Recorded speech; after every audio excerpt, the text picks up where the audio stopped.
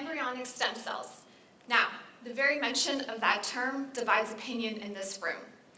Embryonic stem cells are a special type of starter cells that have the potential to become any one of over 650 different cell types that compose the human body.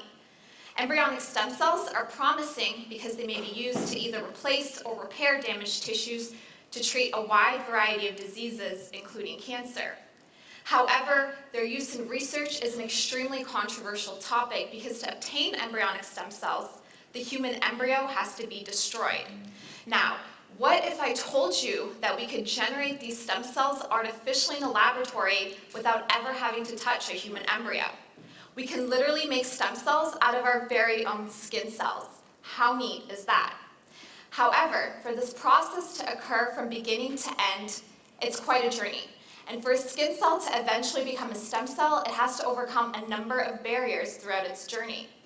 And it's because of these barriers that the efficiency of this process remains extremely low. To put into perspective for you, it's actually less than 0.05%.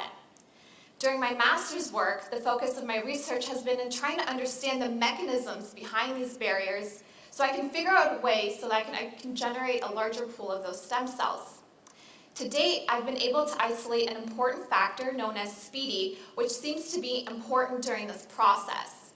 What's been most interesting is that when I add speedy to those skin cells, I'm able to generate a larger number of stem cells because more of those skin cells are overcoming these barriers as compared to when I don't add this factor.